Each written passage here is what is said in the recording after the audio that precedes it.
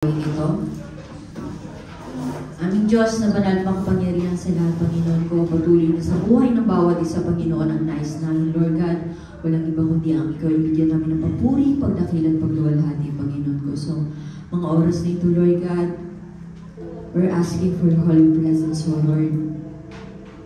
Dalangin ko, Panginoon, na sa buhay ng bawat isa, magawa namin ikaw maitanghal, mapupurihan, at madakila, Lord God.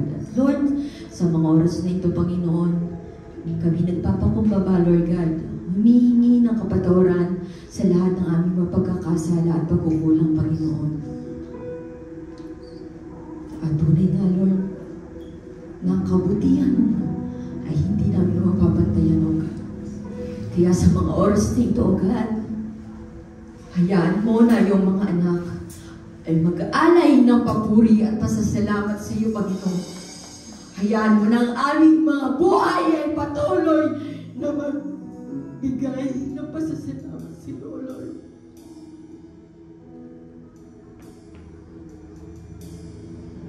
We acknowledge your holy presence in this moment of God. We want to see more of you, Lord. We want to exalt you in our midst, O God. We want to honor you. We want you to be enthroned in our lives, O God. Patuloy na ikaw at walang ibang Diyos ang parangalan sa mga oras na ito, O Lord. To you lies glory, honor, and adoration. In Jesus' powerful name we pray. Amen. Amen.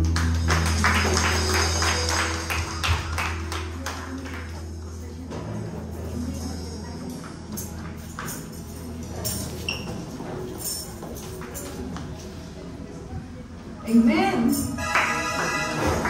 Handa na po ba lahat para pumurihan natin at awitan natin, Panginoon?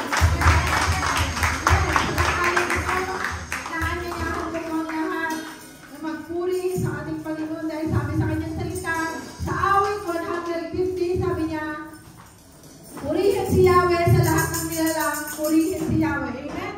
Let everything that has breath, praise the Lord.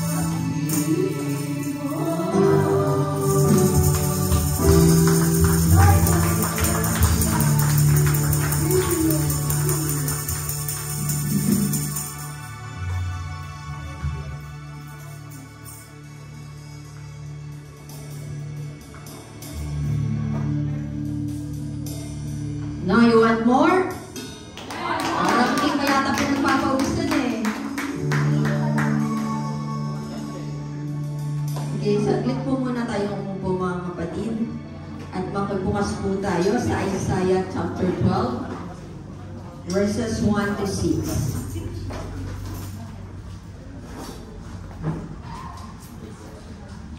Sige, basahin po natin lahat. Verse 1. Sa araw na iyon ay aawitin ng mga taong ganito.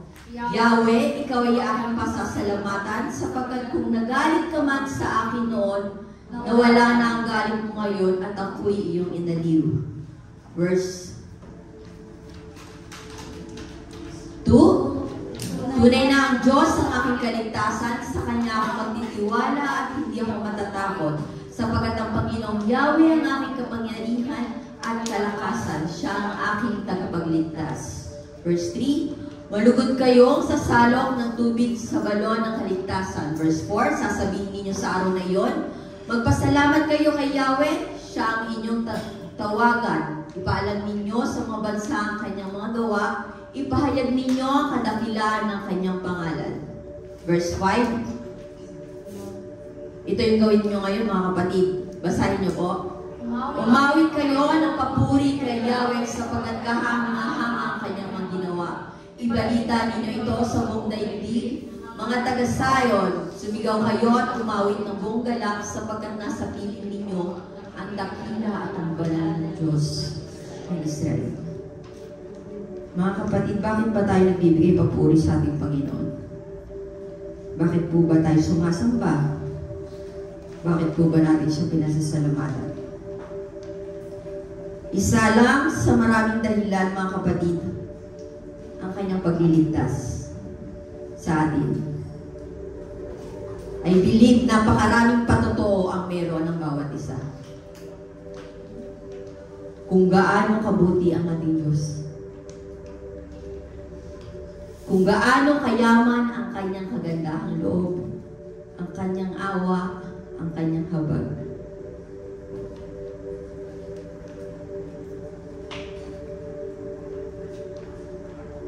Kung gaano niya tayo iniibig. So, sino ba ang kaibig-ibig dito? Wala ni isa, di po ba? Ngunit mga kapatid, bawat isa sa atin naranasan ang kanyang pagtanggap at pagmamahal.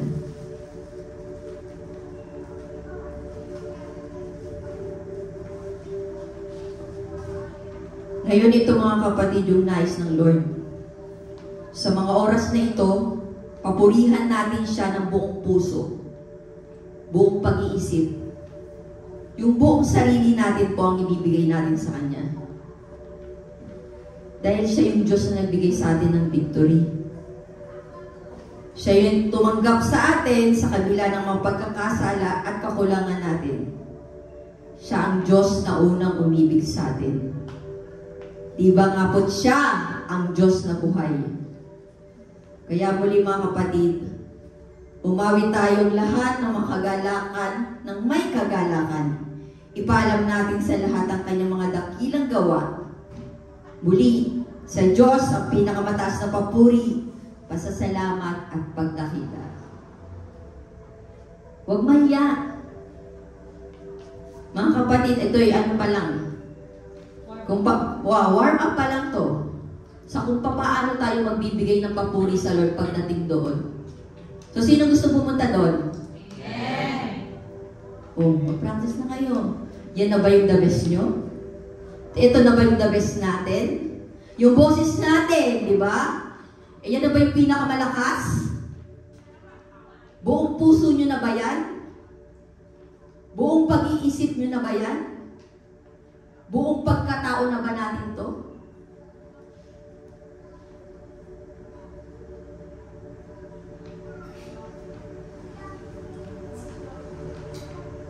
Kayo, tanong yung sarili nyo. Kontento na ba kayo sa kung ano ibinigay nyo?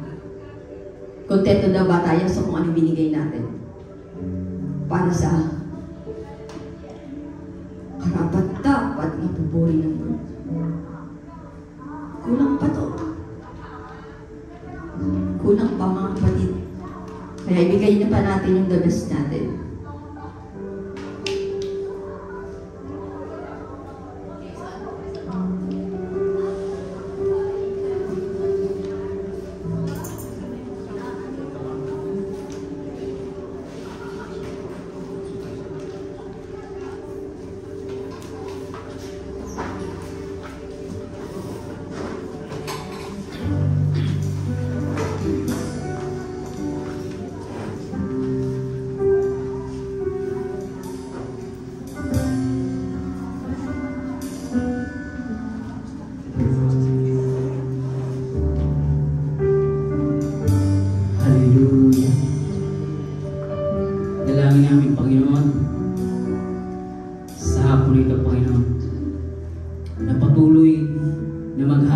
Diyos sa aming mga buhay. Na maghari ka, Panginoon, sa aming mga puso. Dalangin namin, O Diyos, yung aming mga panalangin, yung aming mga awitin, ay tanggapin mo ito, Panginoon, na nakakalugod sa iyong harapan. Lahat kami, Panginoon, ay mga makasalanan. Dahil sa iyong grasya, dahil sa iyong awa, dahil sa iyong pagmamahal, ay kami inaligtas sa pamamagitan ng iyong anak na aming Panginoong Jesucristo. Kaya sa hapon na ito, mga kapatid, aminin natin sa Panginoon na tayo ay mga makasalanan. Aminin natin sa Panginoon na tayo ay hindi malinis. Kaya sa hapon na ito, ibigay natin yung papuri at pagsamba na para lang sa ating Panginoon. Kaya ang sabi ng kanta na awitin natin, nawa'y tanggapin ng Panginoon ang buhay na laan namin ito, Panginoon, para sa iyo. Nawa'y tanggapin ang buhay na laan na kalulugot sa iyong harapan. Ang bawat paghinga at pagpintig ng puso'y mag-alay sa iyo ng pagsamba. Buong lakas, itatanghal kita. Nawa'y tanggapin mo, Panginoon, ang aming mga awitin at aming mga panalangin. Nawa'y tanggapin ang buhay na laan na kalulugot sa iyong harapan. Ang bawat pahinga at pagpintig ng puso'y mag-alay sa iyo ng pagsamba. Buong lakas, itatanghal kita. Ang bawat paghinga at pagpintig ng puso'y mag-alay sa iyo ng pagsamba.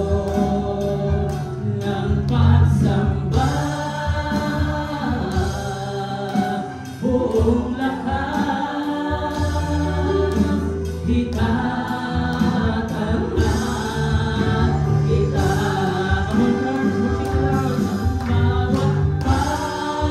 Ang bawat paghinga at pagpintig ng puso'y mag-alay sa iyo ng pagsamba. Buong lakas, itatanghal kita.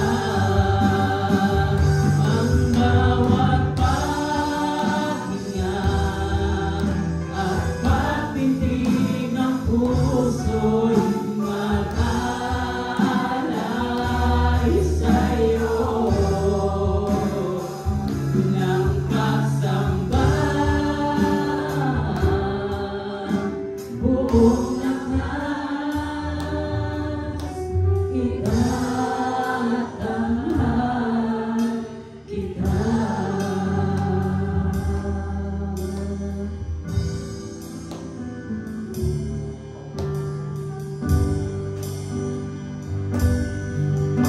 Maghari ka, maghari ka, Panginoong Jesus, maghari ka. buhay ko, sa puso ko, Panginoong Jesus, maghari ka. Maghari ka, maghari ka, Panginoong Jesus, maghari ka. Sa buhay ko, sa buhay ko, sa puso ko, Panginoong Jesus, maghari ka.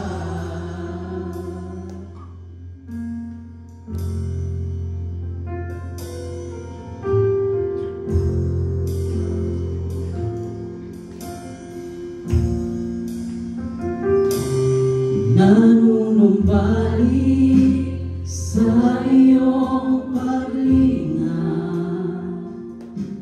dinadalangin ang iyong pagtanggap, hinahanap ang iyong katuwiran, niyayakap ang iyong kalooban. Nanunumbalik sa iyong paglinga, dinadalangin ang iyong pagtanggap, hinahanap ang iyong katuwiran, niyayakap ang iyong kalooban. Maghari ka, maghari ka, Panginoong Jesus, maghari ka. Sa buhay ko, sa buhay ko, sa puso ko, Panginoong Jesus, maghari ka. Maghari ka, maghari ka, Panginoong Jesus, maghari ka. Sa buhay ko, sa buhay ko, sa puso ko, Panginoong Jesus, maghari ka.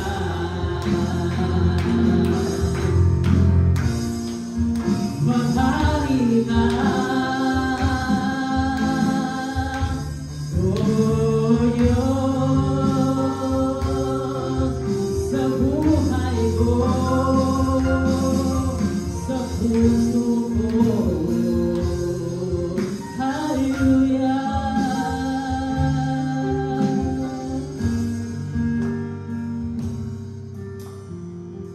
Isa pa, uwitin natin yung chorus ng kanta na ito. Gawin natin itong isang panalangin. At sabihin natin, Panginoon, maghari ka o Diyos sa buhay ko. Maghari ka, Panginoon, sa puso ko. Lord, ito po yung aming mga panalangin na gagawin namin awitin at iaalay namin bilang papuri at bilang pagsamba sa iyong pangalan, Lord Diyos. Maghari ka, maghari ka, Panginoong Jesus, maghari ka. Sa buhay ko, sa buhay ko, sa puso ko, Panginoong Jesus, maghari ka. Maghari ka, maghari ka, Panginoong Jesus, maghari ka.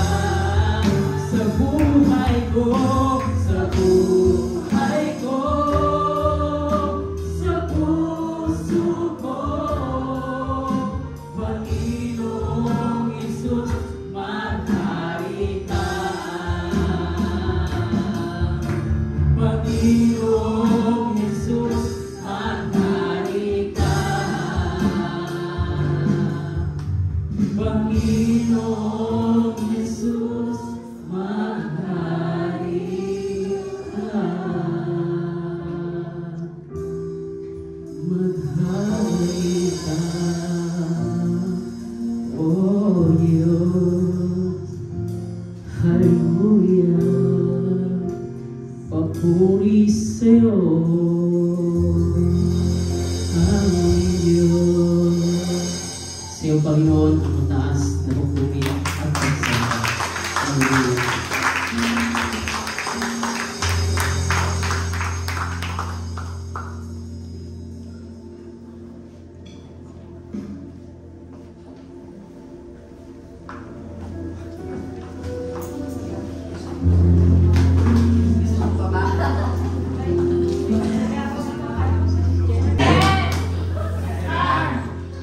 Wala nang worship please, lahat na tayo.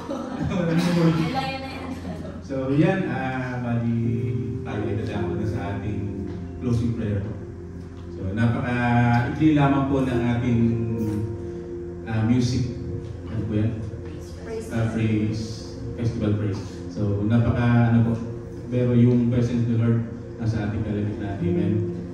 At yung kagaya nga po ng encouragement ka ni Sis Jenna, ay saglit lang po, ay ano pa ba yung kaya natin ipakita natin sa ating Panginoon? Diba? Ito lang ba yun? Yan lang ba yung gusto nyo? Ito lang po ba yung gusto ko? Diba? Kailangan natin more and more. Kahit hindi po tayo inclined sa music, alam niyo po yung every time napapakinggan niyo yung music about kay Lord. Sobrang nakaka-refresh ng utak. Amen po. Kung sino po, maniniwala po ako na tayo pong lahat ay nakaka-experience nun. Through His Word, di ba? Doon natin nalalaman yung pagputihan ng ating Panginoon. At hindi lamang po tayo nilikha ng ating Panginoon sa paghahayag ng salita. Maraming part na ibinigay sa atin si Lord. Yung ministry na ibinigay sa atin. Although, minsan pinipilit natin na gustong-gusto ko sa music pero ayaw naman ng music sa atin. Baka ang kaloob ng Lord sa atin nasa kusina. Pero yung simpleng pagpupunas lang ng upuan, kung nagpupunas tayo ng upuan, isang napakalaking pagpupuri na sa ating Panginoon po yun. Amen po. And before ako, nice ko lang po i-share bago po tayo dumako sa ating closing prayer. Bago po talaga akong maging part po ng music team. Naranasan ko po yung talagang magpunas ka ng upuan. Ang laking church nun. Lahat yun. And then mawalisan ko. And then dumating sa point na naging music chairman po ako sa Pilipinas. Ako pa rin yung nagluluto para sa kahit di masarap yung luto ko. Ako pa rin yung nagluluto para sa team. Kasi may time po na atinan kong seminar. Dito po, lahat po tayo halos lahat nasa music team. Amen. At tatawagin ka lamang isang instrumentalist ng Lord kapag marunong ka magpunas ng sarili ng instrument or ng instrument na ginagamit natin. Huwag natin hayaan na itong mic na ito, ilalabag natin dyan. Huwag natin hayaan na after natin gamitin yung instrument, ilalabag lang natin, parang wala lang. Treat our instrument as holy. Amen po. Kasi ito yung ginagamit natin para sa Lord. Amen po. And then, isa po yung sa mga natutunan ko, kilala niyo po si Romel Ibarra. Pastor Romel Ibarra po. Yun po, siya po yung, sa kanya po napulot yung aral na yan. And then, yun po, yung mga wirings, mga simpleng wirings na yan, kailangan dapat marunong tayong magligpit. Yung mic, huwag natin ilalagay kung saan-saan. Huwag nating hayaan na nakakalat yung ibang part ng yung accessories ng instrument natin. Totoo lang po. And then yung akin, yung keyboard ko, binili ko po siya. Pinag-pray ko sa Lord. And binili ko yun. At sabi po ng isang pastor, kapag meron kang instrument na gagamitin, treat your instrument as holy. Nagkagamitin mo lamang yun para sa pagpupuri sa ating Panginoon. Huwag natin gamitin kung saan-saan. Huwag nating gawan ng ikababahin ng hindi maganda yung ating mga instrument. natin. Yan, napakaseryoso niyo naman. Yun lang po yung simpleng tips lang po sa ating mga music team. Totoo po yun.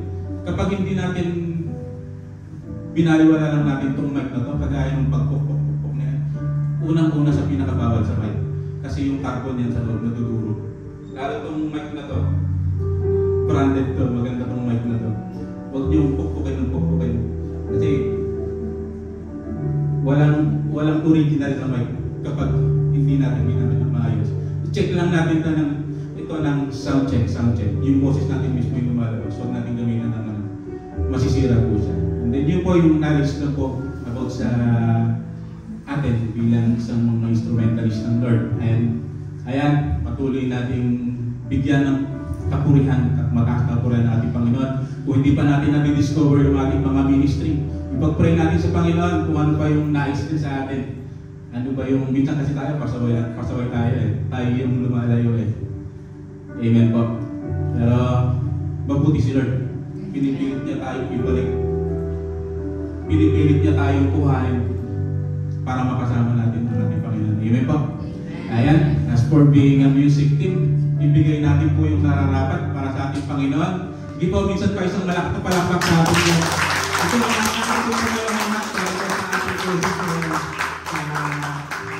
Hapon ito, sabay-sabay po natin pasalamatan ang ating Panginoon sa natapos nating gawain sa hapon ito. Yes, Lord, aming Diyos, aming mga makapangyarihan sa lahat. Pinsan tayo, Panginoon, patuloy po kami nagpupuri at nagpapasalamat sa araw na ito, O Diyos. Lord, salamat kaninang umaga pa lamang sa aming Sunday worship, Lord, sa aming Sunday service.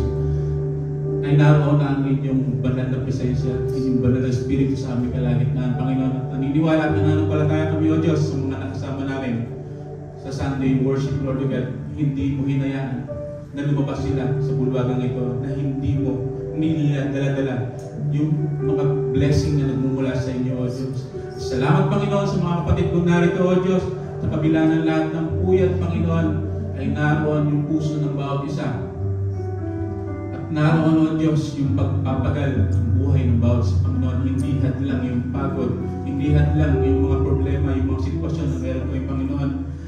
Salamat, O Diyos, dahil Ikaw yung patuloy na nagbibigay sa amin ng kalakasan ng aming mga loob, Panginoon. Salamat, Lord God, Ikaw ang siyang nag-heal ng mga sugat na meron kami, O Diyos. And Lord, sa aming ginawang praise festival, Panginoon, sa hapong ito, salamat, Panginoon, at naniniwala at nananampalataya kami, O Diyos, na nakarating ito sa inyong kaharian, O Diyos. Yung mga awitin, makalangit na inawit namin sa hapong ito, O Diyos. Naroon, Panginoon, yung pagsama niyo po sa aming kalagitnaan. Salamat, O Diyos, maging sa mga natitira pang oras, Panginoon, sa aming mga buhay, Panginoon, patuloy namin dalangin sa buhay ng bawat isang narito, O Diyos. Gamitin mo ang bawat isa sa paglilingkod sa iyo, Panginoon, sa inyong ministeryo, Lord God. Patuloy na maging daluyan ng pagpapala, Panginoon. At hindi lamang kami basta tumutugtog, hindi lamang kami basta umaawit, O Diyos.